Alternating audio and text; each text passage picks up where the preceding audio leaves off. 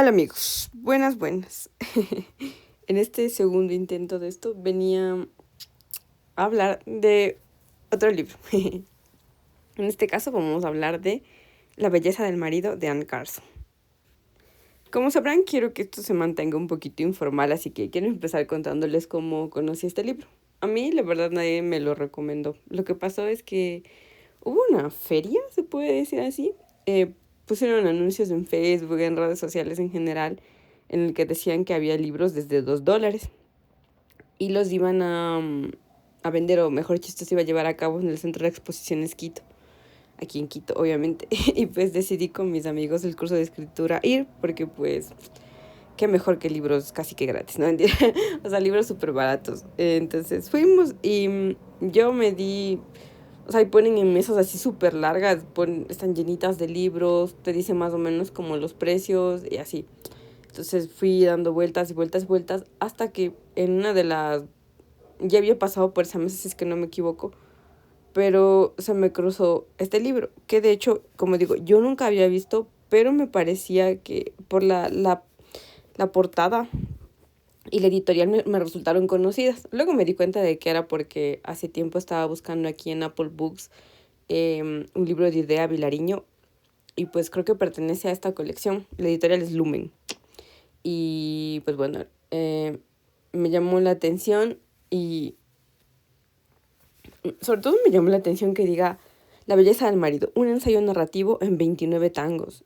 Y esta palabra de ensayo narrativo en 29 tangos me daba me llamaba la atención porque incluso en mi clase estábamos hablando de estos, no sé, estos textos que son eh, distintos, que son como que no tienen una definición tan clara. Por ejemplo, no es un cuento, no es una novela, no es un poema, es un ensayo narrativo en 29 tangos, esas cosas como una fanesca, ¿no? Mentira, no una fanesca, pero algo que sale un poco de lo establecido, por así decirlo. Y creo que también fue porque por esa época, o no me acuerdo si fue después, o un poco antes de leerlo, porque lo compré y no lo leí enseguida, eh, que estaba escuchando más bien, esta charla que da Cristina Rivera Garza en Aprendamos Juntos, ese canal de YouTube que no recuerdo muy bien el nombre. Y ella hablaba que cuando ella empieza a escribir, no lo hace sabiendo qué es, sino que ella hace lo que el texto le pide, porque pues a mí me pasaba eso en clase de escritura, que yo decía, esto va a ser un cuento y así. Y en realidad creo que muchas veces es mejor empezar diciendo, o sea, tengo que empezar primero y averiguar en el camino qué es lo que es. Y por eso creo que en parte me llamó muchísimo la atención este libro y así fue como lo conocí. No sé cuánto cueste, en realidad, tal vez ahorita lo voy a chequear, pero a mí me costó, si es que no recuerdo mal, me costó $5. O sea, estaba muy barato. Bueno amigos, ahorita ya lo chequé y en Apple Books está en 8.99, o sea, $9 el digital, ¿no? Obviamente, el EPUB. Pero yo lo compré en físico y me costó 5, así que la verdad creo que está bastante bien. No es que fue una ganguísima, pero sí está rebajado. Em, Eso. Y bueno, en esta parte lo que quería hacer también es un poco leerles, para empezar, la sinopsis o la parte de atrás del libro y dice: La belleza del marido es una de las más originales y turbadoras manifestaciones de la poesía de nuestros días. Subtitulado Un ensayo narrativo en 29 tangos, este libro inclasificable, que ve ahora la luz en una nueva versión de Andrew Jaume, cuenta la historia de un matrimonio en torno a la idea de Keats. Beauty is truth. Belleza es verdad. A lo largo de estos 29 tangos, un tango como el matrimonio es algo que uno tiene que bailar hasta el final. Anne Carson, considerada ya un clásico vivo de las letras anglosajonas, nos introduce en la historia íntima de un matrimonio que se desmorona. Iluminador, a menudo brutal, conmovedor y oscuramente divertido. Este libro nos deslumbra con escenas, diálogos y reflexiones que ahondan en la más vieja de las preocupaciones poéticas, el amor, como si fuera la primera vez que se expresa. La poesía más interesante que se escribe hoy en día, en inglés, Michael Ondaatje, como sé que se pronuncia, perdón. Leería cualquier cosa que Anne Carson escribiera, Susan Sontag. Entonces, bueno, creo que por eso me capturó también, ¿no? Porque todas esas cosas dicen en la portada y en la contraportada. Pero creo que lo que me... ¿Han visto esas como cintitas, como de papel que les ponen a los libros alrededor? Aquí, por ejemplo, dice Premio Princesa de Asturias de las Letras 2020. El libro que consagró internacionalmente a Anne Carson. Una exploración radical del amor, el deseo y el matrimonio. Andrew Home. Y pues no sé, también creo que por eso, como digo, me llamó la atención porque estos temas del amor, el deseo y el matrimonio son temas que a mí en los libros me interesan, que me interesa leerlos. Y en muchos aspectos me interesa. Ando metida en eso. Creo que también, de hecho, ando también como muy metida en como en Idea Vilariño, en escrituras así. Entonces creo que fue el momento también que me llamó a este libro. Y bueno, ahora, como la anterior vez, voy a hablarles un poco de lo que yo pude entender de este libro y, no sé, las impresiones que me dejó, lo que me llamó la atención, lo que me gustó, lo que no, y así. Bueno, antes de continuar, te quería decir que, de hecho, en esa feria había la oportunidad de abrir el libro, eh, porque, o lo abrí después, ya no lo tengo tan claro, pero pues entras y en el prólogo hay una, para empezar hay una frase de ella que me parece brutal y dice, si la prosa es una casa, la poesía es un hombre corriendo en llamas a través de ella. Anne Carson. Y me acuerdo que justo lo leí con mi amiga del curso de escritura y nos quedamos con cara de wow. O sea, es tan potente lo que ella dice, lo que provoca, o sea, tiene esa potencia de que se lo tienen creo que yo los poetas. Fue tanta la potencia que mi amiga me dijo que literal le mandé una foto de la frase porque de verdad que te llega. Porque, wow.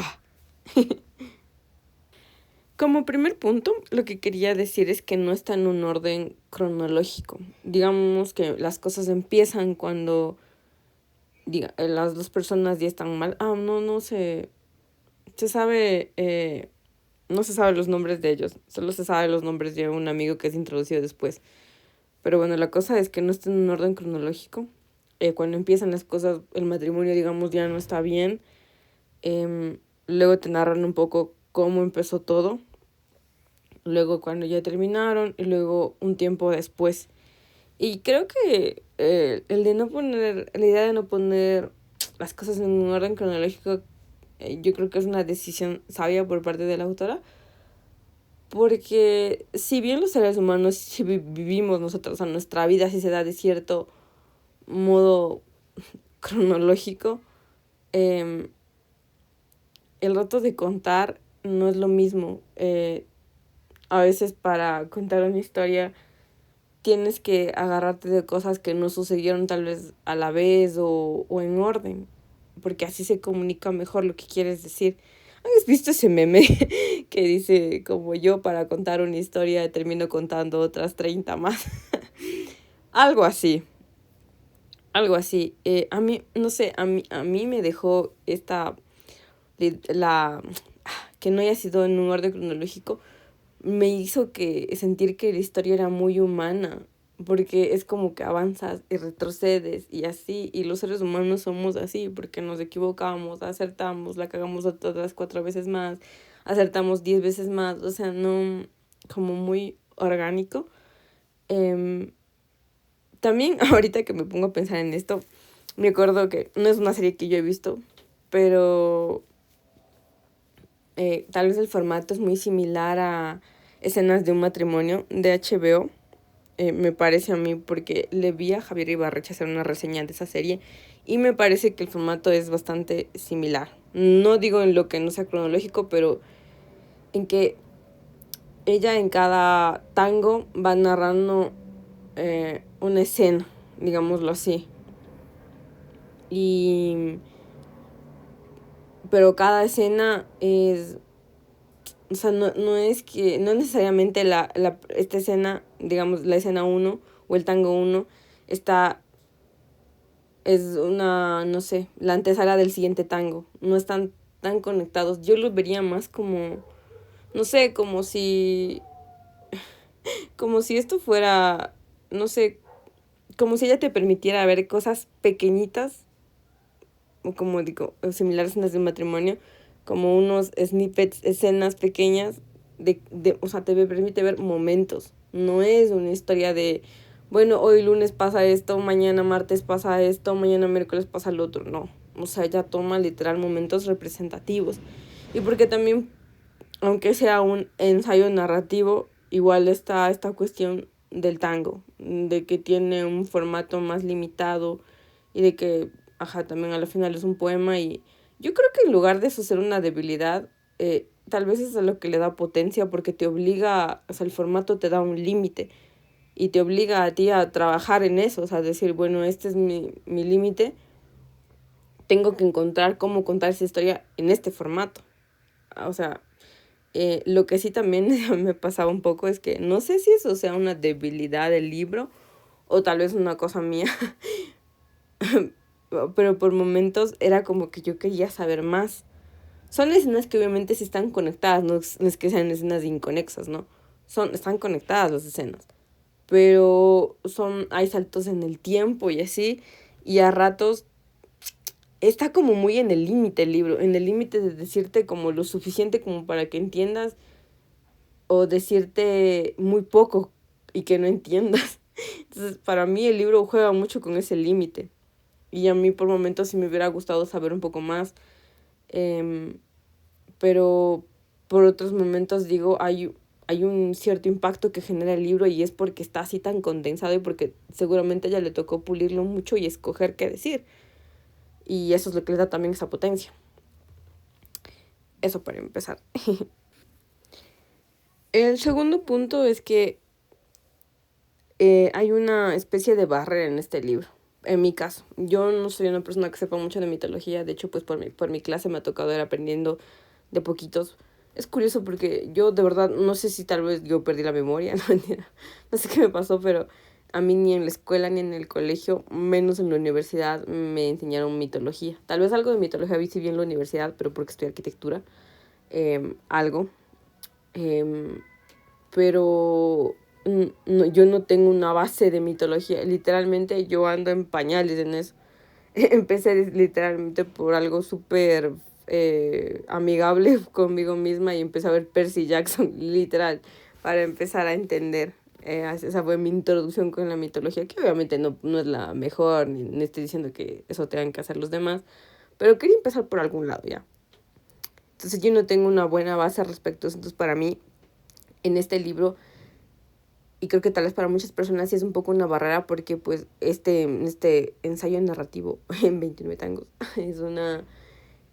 también es de ensayo porque ella habla mucho de Eros, del deseo, y tiene un componente mitológico. Pues para los que no saben, que yo no sabía, por ejemplo, Anne Carson da clases de griego y estudió griego, obviamente. Entonces ella tiene una base de conocimiento muy grande, una que, por ejemplo, yo no tengo. Pero, dicho eso, es cierto que sabiendo lo que ella sabe o conociendo un poco más, llegas a entender el libro con mayor profundidad, seguramente. Pero siento que el libro está tan bien escrito que si bien tiene este componente de la mitología, todo lo demás, el texto sostiene eso, o sea, está a la par y hace que incluso si no sabes, en mi caso lo que te genera es curiosidad, te da ganas de saber más. Por eso, a pesar de que esta es una especie de reseña, si es que se puede decir así, va a ser una reseña bastante superficial porque yo quiero volver a leerlo, pero ya literalmente como subrayando todo lo que no entiendo, buscándolo, como dándome el tiempo de analizarlo más. Ya, pero pues bueno, quería hacer esta reseña como para que también se vea la diferencia entre saber y no saber, ¿no?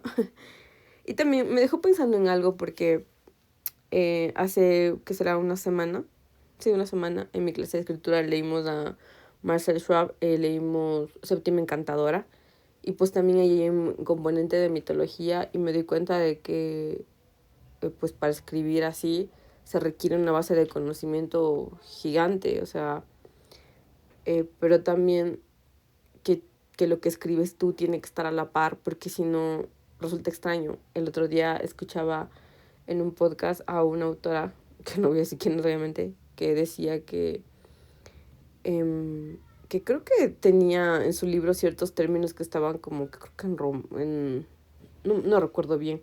O sea, igual algo que me parece tiene que ver con la mitología, ciertos términos, porque era un Dark Academia, más o menos lo que escribió, si es que no me equivoco. Y que ella decía que ella no les va a dar a los lectores el significado de esas palabras o lo que sea, porque son ellos los que tienen que buscar. Y no estoy diciendo que ellos estén equivocados, no estoy diciendo eso. Pero yo me ponía a pensar un poco y decía, tal vez si es que los lectores no están entendiendo lo que esa palabra significa,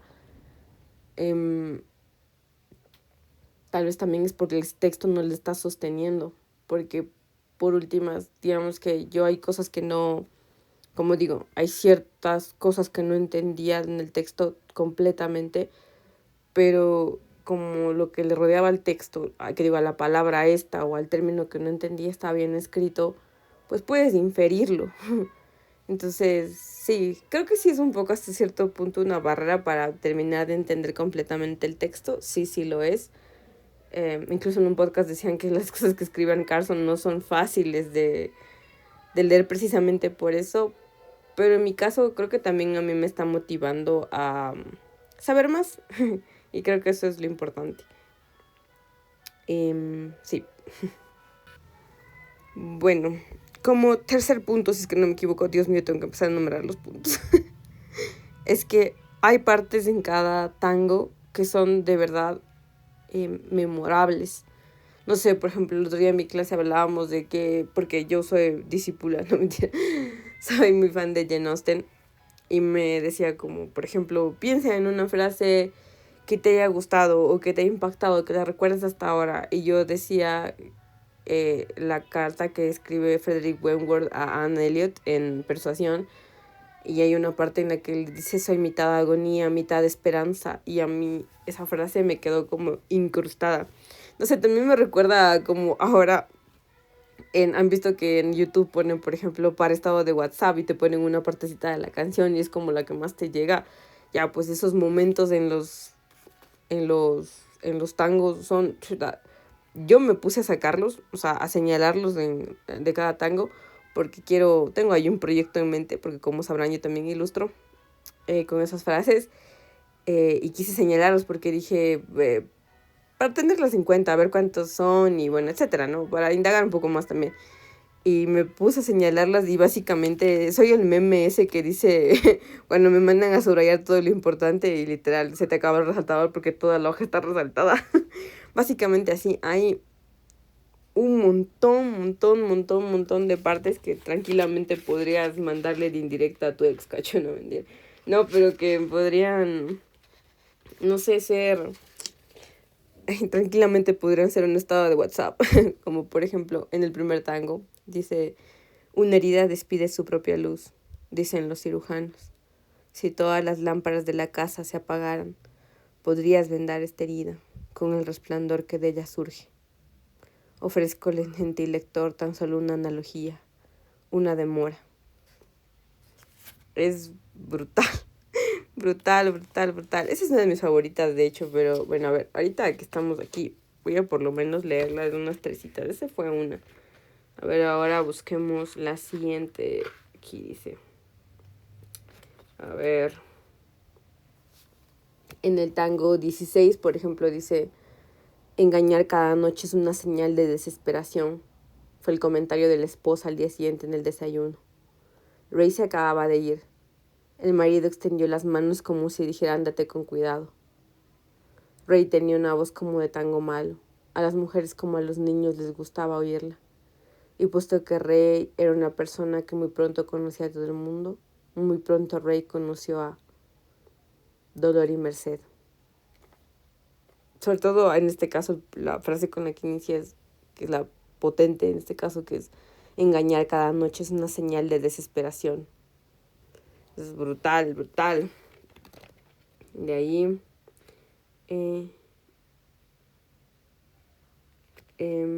por ejemplo, otra, bueno, una de las que a mí más me impactó es esta, que es de Marido, que es el último tango.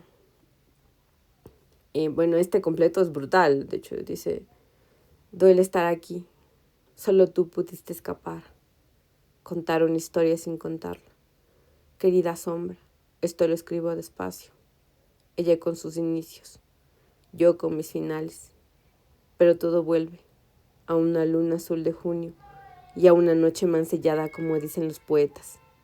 Se supone que algunos tangos van sobre mujeres, pero mira este, a quien ves, reflejado muy pequeño en cada una de sus lágrimas. Ahora mira cómo dobla esta página para que creas que eres tú.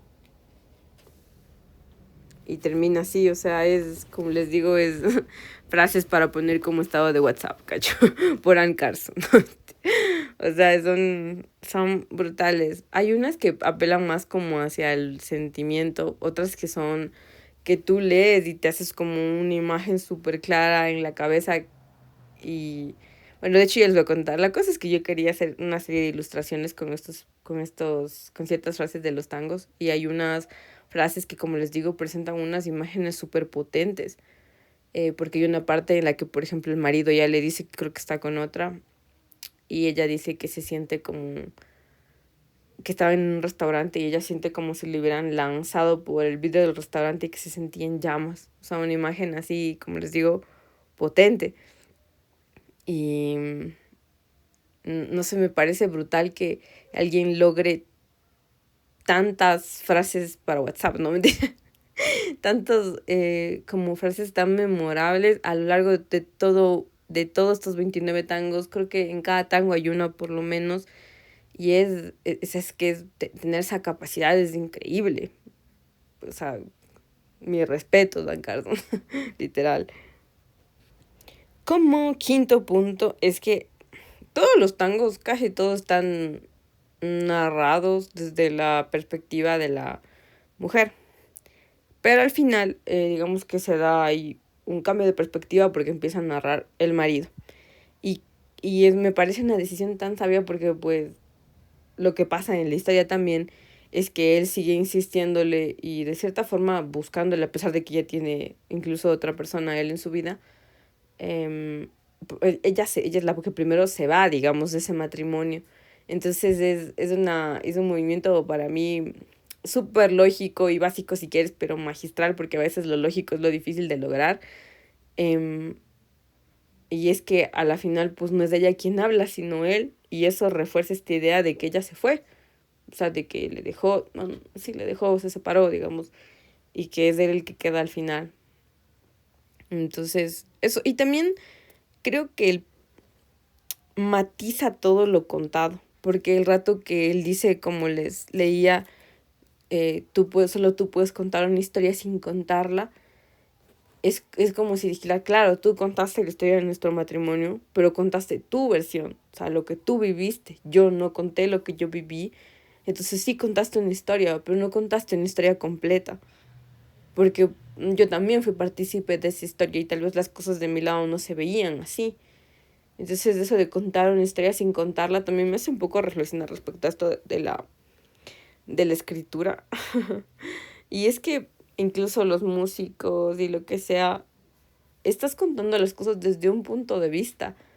No sé si estás diciendo la verdad o una historia completa, ¿me entienden? Estás diciendo las cosas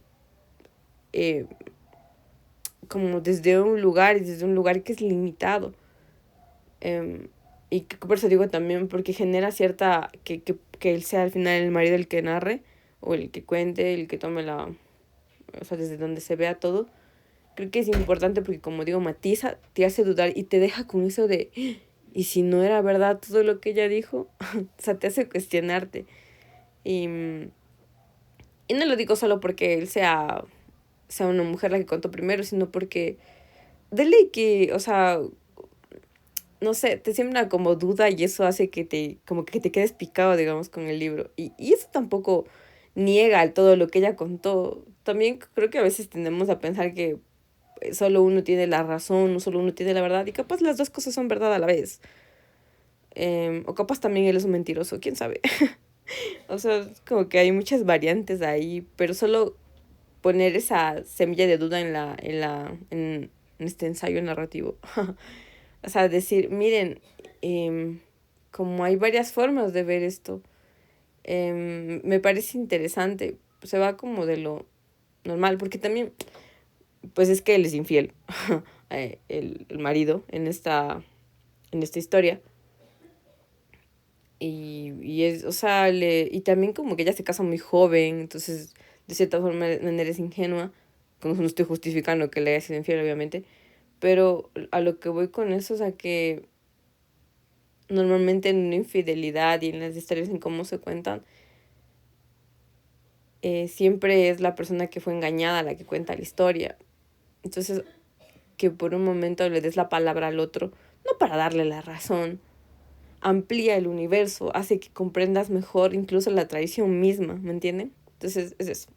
Y a mí me parece súper interesante. En esta historia no hay tantos personajes, por así decirlo, pues tenemos al marido, a la mujer con la que se casa. También ella le menciona en algún punto a la mamá de ella, porque el papá no me acuerdo muy bien, la verdad. Me parece que la mamá. Porque pues cuando ellos se iban a casar, él le deja plantada y pues bueno, ella le menciona a la mamá dentro de la historia, pero y la mamá, digamos, habla un momento, pero a más de ellos casi no hay personajes. El personaje que también toma un papel importante es Rey, que es un amigo de él y que también termina siendo de cierta forma amigo de ella. Y la introducción de Rey es importante porque introduce otra vez un mundo nuevo, un punto de perspectiva diferente. Y conoces a los personajes a través de él. Porque, por ejemplo, yo sentía mucho como el dolor de ella, de saber que le engañaban, de haber sufrido casi que todo su matrimonio, de que él fuera don Vergas, casi básicamente el marido. Pero también en un punto, el otro que se introduce Rey, él es como que le dijera a ella, amiga, date cuenta, ¿no? Es como que ya en un punto él le dice, y tú también sigues ahí. Y también tú de cierta forma le quieres hasta, no sé si estoy tan cierto, no es mi impresión. Es como que le dijera, tú también le quieres incluso manipular. O sea, estás utilizando el hecho de que él te haya lastimado como para manipularle a él también, para quedarte. O sea, y continúas aquí. Rey es el amigo que te hace como entrar en razón, ¿cacho?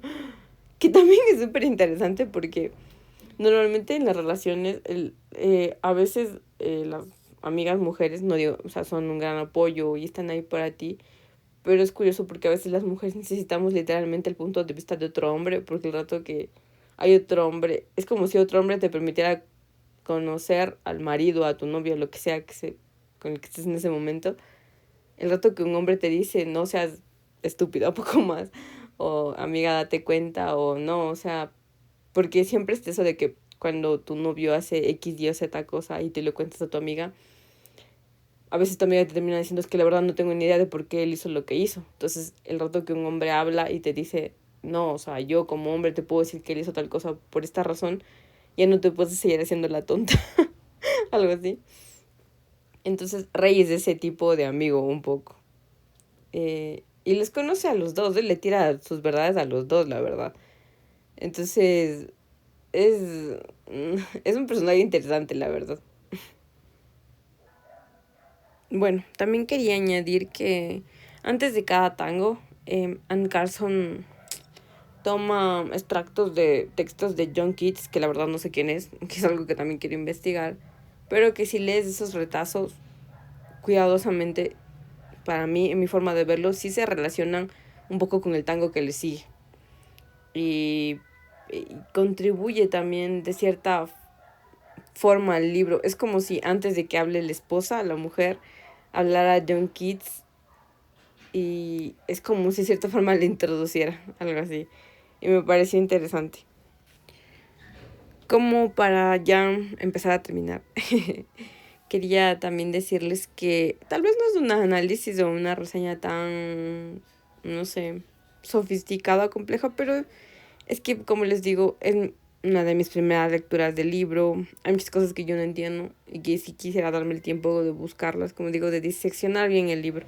Pero quería igual hablarlo porque, como les digo, a mí a veces me parece que una de las razones por las que la gente no lee es porque vemos a los libros como una cosa gigante, imponente y tal vez incluso nos sentimos menos, no nos sentimos lo suficientemente inteligentes como para leerlos y al yo leer este libro y reseñarlo así sin saber mucho, tal vez un poco de esa vergüenza o de ese miedo se les vaya, y que es algo que yo quiero transmitir porque también, no sé, creo que para eso están los libros también, para que no entiendas cosas y luego las busques y aprendas.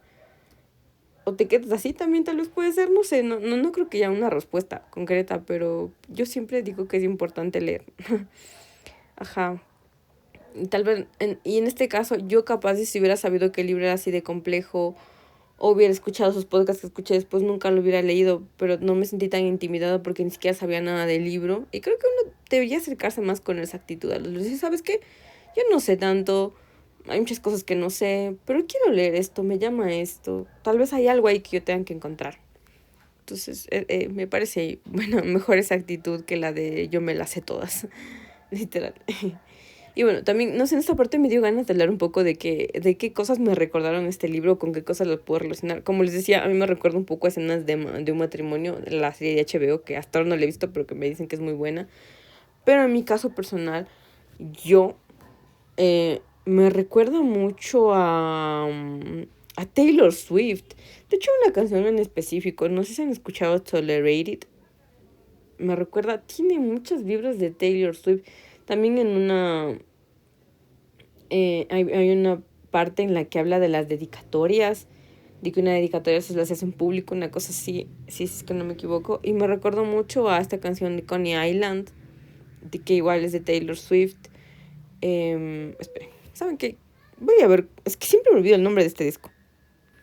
Ya sé el nombre del disco. Es Evermore, de Evermore. Sí, de Taylor Swift.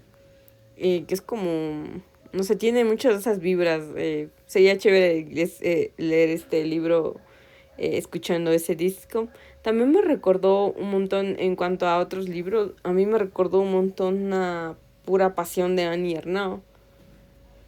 Igual, brutal el libro este, pues porque habla de una infidelidad también ahí. Y pues me parece que son cosas que pueden acompañar muy bien si es que les gustan estos libros, estas cosas, este libro también les puede gustar.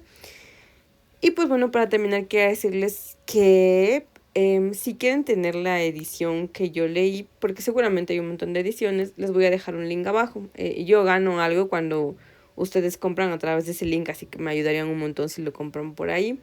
Pueden tener así mi misma edición, que es una edición muy buena. Ah, eso me olvidaba de decirles. Está en dos idiomas, literal, está en inglés y en español.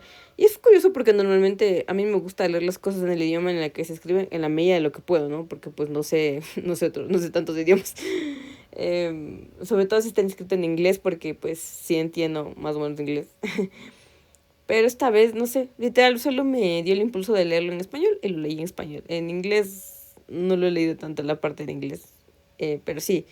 Entonces, si quieren tener mi edición y ayudarme a mí, pueden comprar en el link que les voy a dejar en el primer comentario.